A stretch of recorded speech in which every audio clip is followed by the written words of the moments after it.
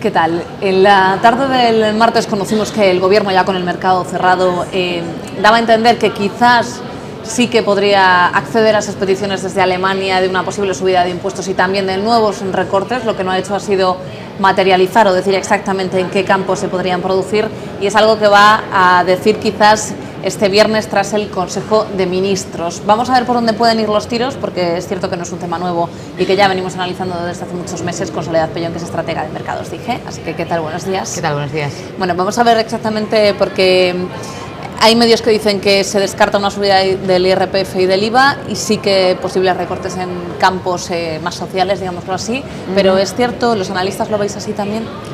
Sí, yo creo que sí. Las recomendaciones que venían por parte de la Comisión Europea pasaban principalmente en tema tributario por la subida del tipo reducido y superreducido del IVA, eliminación de las deducciones fiscales y por otro lado también meterle mano a la fiscalidad en tema de energías. Montoro dijo en su momento que no iba a tocar el IVA, que no iba a subir ese tipo reducido y superreducido. Si nos creemos eso, nos quedan las otras dos partes, y sí que parece que en tema tributario el esfuerzo se va a hacer por parte del impuesto de sociedades, sobre todo pues eso, por la eliminación de las muchísimas deducciones y bonificaciones que hay ahora mismo en ese impuesto, que hacen que al final la recaudación se vea bastante mermada, que no supone ni el 10% de la recaudación total y que bueno, pues es un porcentaje que debería ser mayor. Y no solamente eso, sino que además estas bonificaciones y deducciones hacen que las pymes jueguen con desventaja, porque principalmente benefician a las grandes empresas, y eso es otra de las cosas que se quiere intentar evitar. Por tanto, parece que en tema tributario los esfuerzos van a ir por ese lado. También por parte de las energías verdes, en concreto en carburantes, parece que sí que podría haber algún cambio en la fiscalidad. Y bueno, si nos vamos al tema de otro tipo de reformas, pues habrá bastantes. En el anterior paquete de reformas hubo cerca de 70, pero bueno, se centrarán sobre todo en temas como el tema laboral, donde podríamos ver algún tipo de modificación aquí y allá, como por ejemplo la reforma para los emprendedores. Y luego también veremos quizá algo en tema de pensiones y en tema de unidad de mercado. Creo que un poco los tiros pueden ir por ahí para este viernes. Hablando un poco de mercados, tenemos a los mercados rebotando esta semana, rebotando con fuerza frente a lo que hacían la semana anterior, que era desplomarse constantemente. ¿Cómo podemos interpretar todo esto? Hombre, sí que parece que hay razones, ¿no?, para estos rebotes, sobre todo una de peso que viene por parte de la mejora de la prima de riesgo en los periféricos. En concreto en España, pues hemos visto que el haberse metido por debajo de los 300 puntos básicos ha sido vital para la renta variable, ha sido una gasolina muy fuerte, y de hecho creemos que si sigue por esos niveles el IBEX lo va a tener fácil para subir y para llegar al entorno de los 8.700 puntos. Por otro lado, también tenemos como ese cambio de mentalidad en las tertulias económicas entre los líderes europeos y líderes mundiales hacia un panorama menos centrado en la austeridad y más centrado en el crecimiento, que ha favorecido muchísimo a todos los activos de riesgo y que ha favorecido también mucho a la renta variable.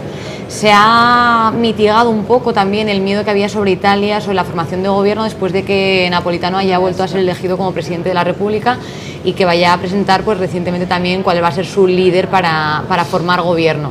Después de que Bersani además haya dimitido, pues parece que un gobierno de coalición es más probable, y pese a que no era el mejor de los escenarios, es mucho mejor que el que vuelva a haber de nuevo elecciones en Italia.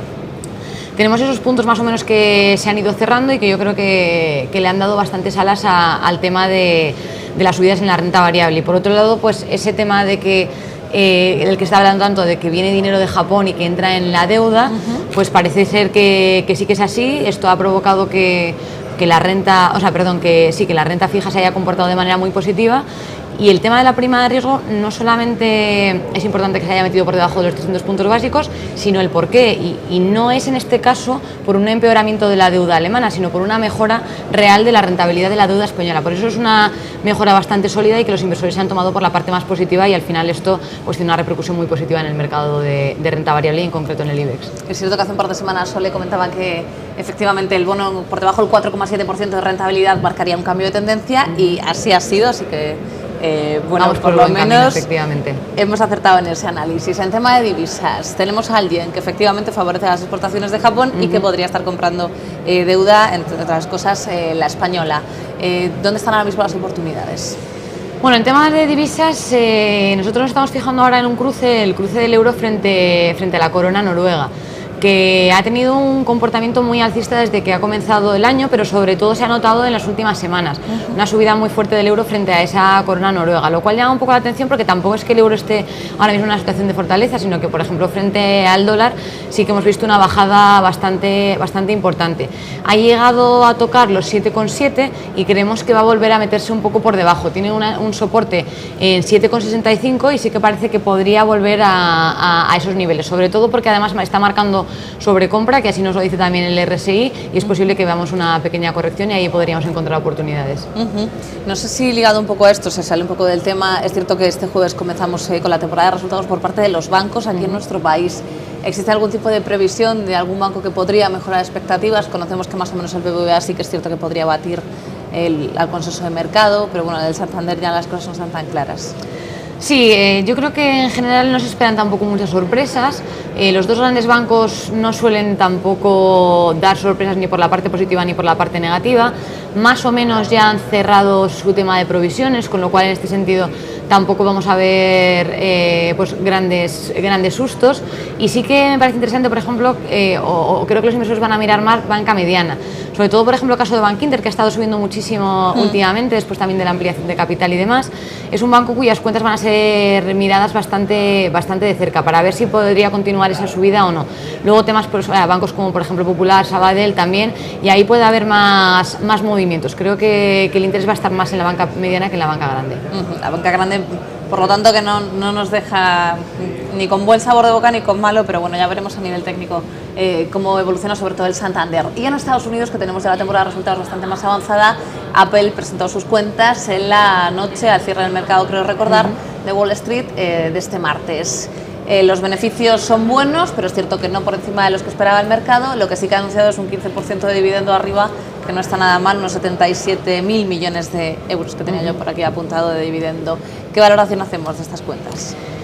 Hombre, bueno, esta semana ha sido crucial para el tema de presentación de resultados en Estados Unidos. Cerca de un tercio de las empresas del Standard & Poor's presentaban cuentas a lo largo de esta semana, y es verdad que, como todo, pues hay empresas que llaman mucho más la atención o empresas que son mucho más comentadas. Y quizá la más comentada es Apple, y estábamos todos esperando las cuentas con muchísimas ganas.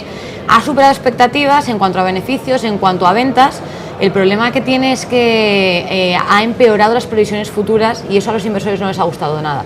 En un principio, cuando se presentaron las cuentas, en el fuera de horas, vimos como la acción de Apple estaba subiendo un 6%. Pero a medida que ha ido avanzando, a medida que ha ido pasando el tiempo a lo largo de la noche, se ha incluso metido en negativo. Y es verdad que esas perspectivas de ventas no han gustado nada. No planea sacar además ningún dispositivo hasta otoño.